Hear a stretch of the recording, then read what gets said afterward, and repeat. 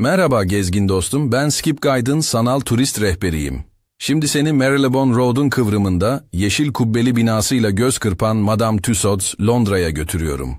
Kapıdan içeri girince bir kırmızı halı hissi yayılıyor ama asıl sihir şu: karşında duran figürlerin bakışı bir anlığına nefesini tutturuyor. Gerçek mi, değil mi? İşte bu müze, hayalle gerçeğin en ince çizgisi. Hazırsan birlikte yürüyelim. Burası ne? Neden? Önemli.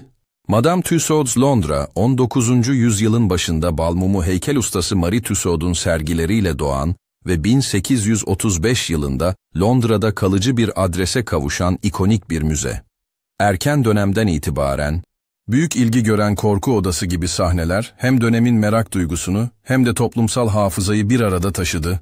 Bugün geldiğimiz noktada müze, kraliyet ailesinden pop kültür yıldızlarına, spordan sinemaya, tarihten bilime 150'den fazla figür ve 8'den çok sürükleyici bölümle ziyaretçiyi sahnenin içine çekiyor. Nerede, nasıl gelinir?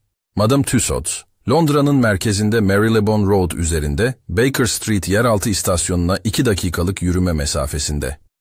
Baker Street istasyonu Bakerloo, Circle, Jubilee, Metropolitan ve Hammersmith City hatlarına bağlı olduğu için şehir içi ulaşım son derece kolay. Yakın ana hat istasyonu Marylebone, yürüyerek 10 dakika civarı. Yol tarifi sayfalarında hem adım adım yönlendirme hem de engelli erişimine ilişkin ulaşım notlarını bulursun. Arabanla gelmek istersen çevrede ücretli otoparklar var, fakat şehir merkezinin yoğun trafik ve ücretlendirmelerine dikkat etmek gerekir. Ne zaman gitmeli, kalabalık nasıl yönetilir? Müzenin açılış saatleri güne göre değişir. Genel olarak sabah saat 10 civarı açılır ve öğleden sonra ya da akşamüstü kapanır. Sezon ve güne bağlı olarak son giriş saatine dikkat etmek gerekir. Kalabalıktan kaçmak için hafta içi sabah saatlerini ya da günün son seansına yakın saatleri öneririm. Okul tatilleri ve hafta sonlarında yoğunluk artar. Kendi biletini çevrim içi seçtiğin zaman dilimine göre almak, bekleme süresini kısaltır. Ne kadar süre kalmalı? Hızlı bir tur için en az 1 saat yeter. Fakat rahat bir tempoda gezmek, fotoğraf molaları vermek ve deneyimlerin tadını çıkarmak istiyorsan, 1,5 ile 2 saat arası planla. Müzenin kendisi de bu süreyi öneriyor. Çocuklarla veya kalabalık bir ekiple geliyorsan, her bölümde biraz daha fazla zaman ayırmak isteyebilirsin. Nasıl gezilmeli? Bilet işi nasıl? Madame Tussauds ücretli bir atraksiyondur ve biletler çevrim içi satışta dinamik fiyatlandırma ile sunulur. Erken rezervasyon genellikle daha uygun fiyat ve daha iyi saat dilimi sağlar.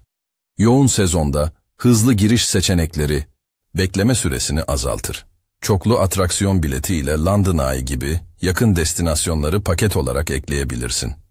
Sessiz ve düşük uyarımlı bir ortam arayan ziyaretçiler için ayda bir kez Quiet Sessions düzenlenir. Bu seanslar duyusal hassasiyetleri olan misafirler için ortamı sakinleştirir. Erişilebilirlik ve pratikler. Bina çok katlı olsa da asansörler ve erişim yolları ile gezilebilir. Güvenlik ve kapasite yönetimi nedeniyle her saat başına bir tekerlekli sandalye zaman dilimi verilir ve binada aynı anda en fazla 3 tekerlekli sandalye bulunabilir. Tekerlekli sandalye slotu için en az 24 saat önceden çevrim içi rezervasyon istenir. Detaylar, erişilebilir tuvaletlerinden personel desteğine kadar resmi rehberde yer alır. Hareket kabini dar olan Spirit of London gibi ride alanlarında özel uyarılar bulunur. Görevlilere danışmak iyi fikirdir. Ne görülmeli, neleri atlamamalı? Kırmızı Halı ve Ödül Partisi alanında sinema ve televizyon dünyasının yıldızları seni karşılar. Kraliyet Sarayı sahnesinde kraliyet ailesi ile fotoğraf verenleri izlerken Londra'ya özgü bir gelenekle buluşursun. Müzik tarafında Impossible Festival alanı, dönemleri ve sahneleri tek çatı altında birleştiren kurgusuyla öne çıkar. Bir anda Amy Winehouse ve Freddie Mercury ile aynı sahne çizgisinde poz vermek sürpriz değildir. Marvel Universe, 4 boyutlu sinema deneyiminde efekte dayalı bir yolculuk var. Rüzgar, su ve titreşimler kahramanların mücadelesini yakına getirir. Yıldız Savaşları bölümünde ise Dagobah'ın bataklığından Millennium Falcon'un uçuş güvertesine uzanan setlerde sahnenin ortasına adım atarsın. Ve Londra'nın hikayesine kendi dilinde bakan Spirit of London Ride, siyah taksilerde kısa ama güçlü bir tarih yolculuğudur. Tarihsel bir parantez açalım. Marie, Tussauds, sergilerini Britanya adalarına taşıdıktan sonra 1835 yılında Londra'da kalıcı bir üs kurdu. Chamber of Horrors adı 1846'da Punch dergisinin tabirinden yayıldı ve zamanla kurumun alameti farikası oldu. Müze 19. yüzyıl sonlarında bugünkü Marylebone Road adresine taşınarak büyüdü. Yüksek, ateşle sertleşmiş bal mumu figürler yüzyıllar içinde teknolojik olarak gelişti ama asıl amaç değişmedi. Sıradan ziyaretçiyi olağanüstü bir sahnenin ortağı yapmak. Peki ya korku odası? Efsane geri döndü. Müzenin meşhur Chamber of Horrors bölümü 2022 yılının Ekim ayında yeniden açıldı. Bu bölüm, geçmişin gerçek suç vakalarına ve onların toplumsal etkilerine odaklanıyor. Kurgusu yetişkinlere daha uygundur. Ailece gezenler içerik uyarılarını dikkate almalı. Gösterişli bir korkutma yerine, tarihin karanlık yüzünü anlatan bir bellek tüneli gibi düşün. Ne zaman gitmeli sorusuna, ışık, ritim ve kalabalık açısından bir ipucu daha. Sabah ilk saatlerde, kırmızı halı alanları daha boş olur, selfie temposu rahatlar. Öğleden sonra Marvel 4 boyutlu sinemasında seanslar hareketlenir, ailelerle dolu bir enerji yükselir. Günün sonuna doğru Star Wars setlerinde akşam ışığı ile daha sinematografik kadrajlar yakalanır. Çok sayıda bölüm olduğu için ritmini sahne sahne ayarlamak akıllıca olur. Nasıl hazırlanmalı, yanına ne alınmalı, rahat tabanlı, bir ayakkabı, küçük bir su şişesi, fotoğraf için güvenli bir kılıf yeter. Tripod ve büyük çanta taşırsan dolaşım zorlaşır. Çocuklarla gezenler için atıştırmalık molası planlamak, özellikle yoğun günlerde enerjiyi dengeler. Ziyaret saatini çevrim içi seçip biraz erken gelmek, akışı sakin başlatmana yardım eder.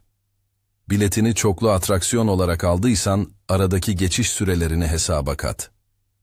Kimlerle gidilmeli, kimler için uygun dersen cevap geniş. Aileler için interaktif sahneler, gençler için pop kültür ikonları, meraklı gezginler için tarih ve şehir anlatısı, sosyal medya severler için sınırsız kadrajlar var. Engelli ziyaretçiler, erişilebilirlik rehberine bakarak saat, dilimlerini ayarladıklarında müzeyi rahatça deneyimler. Duyusal hassasiyeti olan misafirler için Quiet Sessions büyük rahatlık sağlar. Hamile ziyaretçiler ve hareket kısıtı olanlar için Spirit of London ve bazı alanlarda oturma düzeni ve görevlilerin yönlendirmeleri hazırdır. Yakınlarda başka ne var, günü nasıl tamamlamalı? Müzeden çıktıktan sonra Regents, parka doğru kısa bir yürüyüşle yeşilin içine karışabilirsin. Sherlock Holmes Müzesi Baker Street boyunca birkaç dakika mesafede. Metro ile birkaç durakta Oxford Circus ve West End tiyatroları, Jubilee hattıyla Waterloo üzerinden South Bank yürüyüşü gündeme gelebilir. Çoklu biletin varsa London Eye ile aynı gün ya da takip eden günlerde eşleştirmek kolaydır. Mekanın dili ve küçük efsaneler. Madame Tussauds'un sihri, balmumunun kusursuzluğunda değil, bakış anında gizli. Bir figürün karşısında durduğunda gözlerin refleksle odaklanıyor, bedenin mikrosaniyelik bir yanılgı yaşıyor. İşte o kısa süre, hayal gücünün sahne aldığı an. Bu yüzden insanlar burada yalnızca ünlülerle fotoğraf çekmiyor, aynı zamanda kendi hikayelerini kuruyor. Bir ziyaretçi, kraliyet balkonunda gülümserken bir başkası, bir rock yıldızının yanında durup çocukluğunun posterlerini hatırlıyor. Müzede zaten bunu hedefliyor. Sahneyi senin için açıyor. Güvenlik ve akışla ilgili ufak hatırlatmalar. Ziyaret akışı tek yönlüdür. Geriye dönmek zor olabilir. O yüzden sevdiğin sahnede birkaç saniye fazladan kalmaktan çekinme. Spirit of London Ride'ında boy ve oturma düzeni kısıtları bulunur. Çocuklarla biniyorsan, görevli yönlendirmelerini dinle. Kapasite kısıtları nedeniyle tekerlekli sandalye slotunu önceden ayırman şarttır. Slotlar saat başı sınırlıdır. Chamber of Horrors alanında içerik olarak hassas sahneler bulunur. Uyarı levhalarını takip et. Ziyareti planlarken bir rehber önerisi. Önce kırmızı halıda ısın, sonra kraliyet bölümünde kısa bir mola ver. Ardından müziğin ritmine, Impossible Festival ile gir. Marvel 4 boyutlu sinemada bir seans yakala, çıkışta Star Wars setlerinde sinematografik kareler dene. Son düzlükte Spirit of London ile şehrin tarihine bak. Eğer ilgin ve zamanın uygunsa Chamber of Horrors ile kapanışı yap. Müzenin hafızasının karanlık sayfalarına kısa bir bakış, seyir defterini tamamlar. Şimdi küçük bir hikaye dokunuşu. Bir çocuk, Ed Sheeran figürünün yanında hayali bir gitarın tellerine vuruyor. Annesi kahkaha atıyor. Bir çift, kraliyet balkonunda birbirine dönüp usulca poz veriyor. Bir gezgin, siyah takside, Spirit of London boyunca Londra yangınını, endüstri çağını, pop kültürün yükselişini tek bir hat üzerinde izliyor. Ve sen, Star Wars setinde Millennium Falcon'un güvertesinde dururken kendi çocukluğuna bir selam veriyorsun. Madame Tussauds'un gücü, bu ortak hayalin coğrafyasını kurabilmesinde yatıyor. Ve şimdi küçük bir soruyla bitireyim. Bir figürün karşısında durduğunda gerçekten kimi görürsün?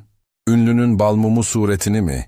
Yoksa kendi hayalinle kurduğun sahneyi mi? Belki ikisini de. Ben Skip Guide'ın sanal turist rehberiyim. Bana eşlik ettiğin için teşekkür ederim. Bu anlatımı sevdiysen kanalı takip etmeyi unutma. Bir sonraki keşifte yine buluşalım. Yeni bir sahne, yeni bir hikaye, yeni bir an. Bu şehre ait daha fazla görülecek yer, skipguide.com'daki haritada yer alıyor. Haritaya erişmek için QR kodunu tarayın ya da açıklamadaki bağlantıya tıklayın.